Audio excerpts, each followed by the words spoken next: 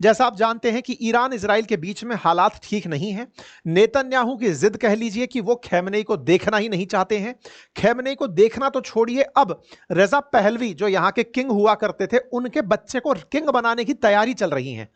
Public में यह message दिया जा रहा है कि खैमनेई अंदर जाकर छिप गए हैं, ये अपने बंकर में जाकर छिप गए हैं, जस्ट लाइक सद्दाम हुसैन जो अंतिम समय में कहीं छुपा हुआ पाया गया था। बोले खैमनेई भी कहीं जाकर छुप गए हैं और ये वहां से बाहर निकलकर नहीं आ रहे हैं।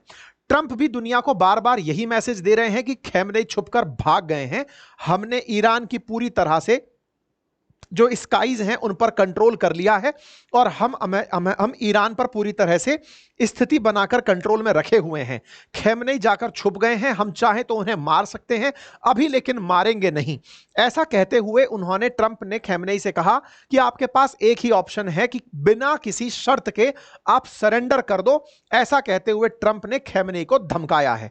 खैमनेई ने कहा कि यार ये तो एक तरफा चल रहा है, मुझे धमकाया जा रहा है कि सरेंडर कर दो, सरेंडर कर दो। खैमनेई का मैसेज आता है और कहते हैं द बैटल बिगिंस, अब मेरी तरफ से भी युद्ध शुरू है।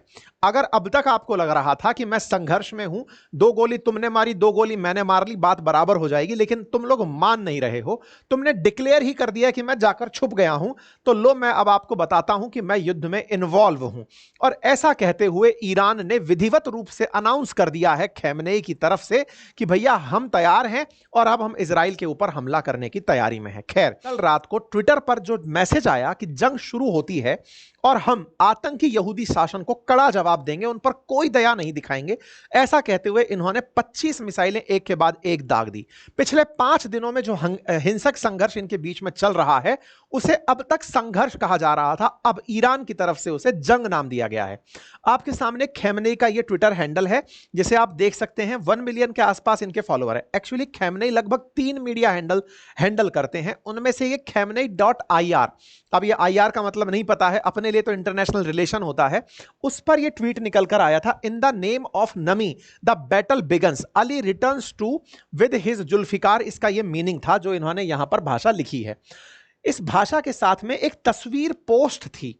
अब ये जो तस्वीर है ना, इस तस्वीर का एक रिलीजियस सिग्निफिकेंस है।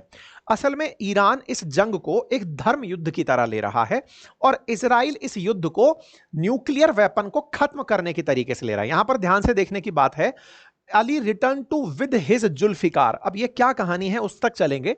यहां पर एक तस्वीर साथ में पोस्ट की गई थी। ध्यान देने वाली बात फिर से मैं याद दिला दूं, ईरान जियोनिस्ट रिजीम को टारगेट कर रहा है। देखिए, मैंने आप लोगों के लिए एक डिटेल सेशन किया था आज से 3 दिन पहले कि ईरान और इजराइल एक दूसरे के खिलाफ क्यों है, क्यों एक दूसरे के संघर्ष में रहते हैं। मैंने साथ में यह भी बताया था कि किस तरह से इजराइल की उत्पत्ति हुई थी।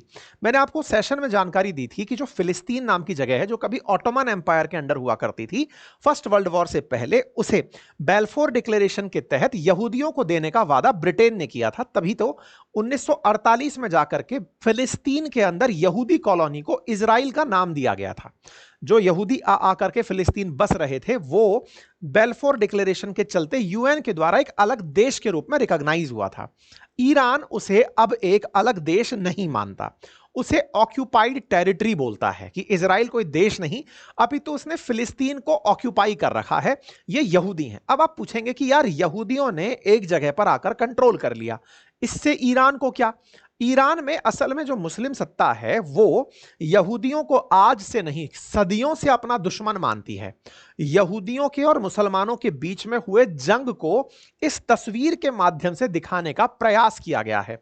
मतलब यहूदी और मुसलमान एक दूसरे के आज के नहीं कई सालों से दुश्मन हैं और ईरान उसी युद्ध को जियोनिस्ट रिजीम के खिलाफ, यहूदियों के खिलाफ ऐलान जंग कर रहा है।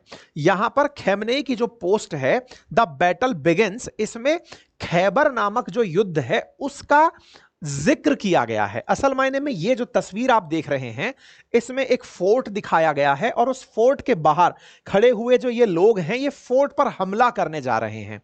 इस जंग को हिस्टोरिकल मतलब हिस्टोरिक बैटल ऑफ खैबर के नाम से कंसिडर किया जाता है। बैटल ऑफ खैबर के बारे में जानकारी जो ब्रिटानिका पर हमको पढ़ने से मिली, उसमें जानकारी यह दी हुई थी, बैटल ऑफ खैबर 629 में लड़ा गया था। तब जूज के खिलाफ मुस्लिमों ने जंग लड़ी थी और इस जंग के अंदर मुसलमान जीत गए थे और जो यहूदी हैं वो इस जंग को हार गए थे। तो एक तरह का ये धर्म युद्ध था और उस धर्म युद्ध के नाम पर खैमनेई ने फिर से इसी का जिक्र किया है।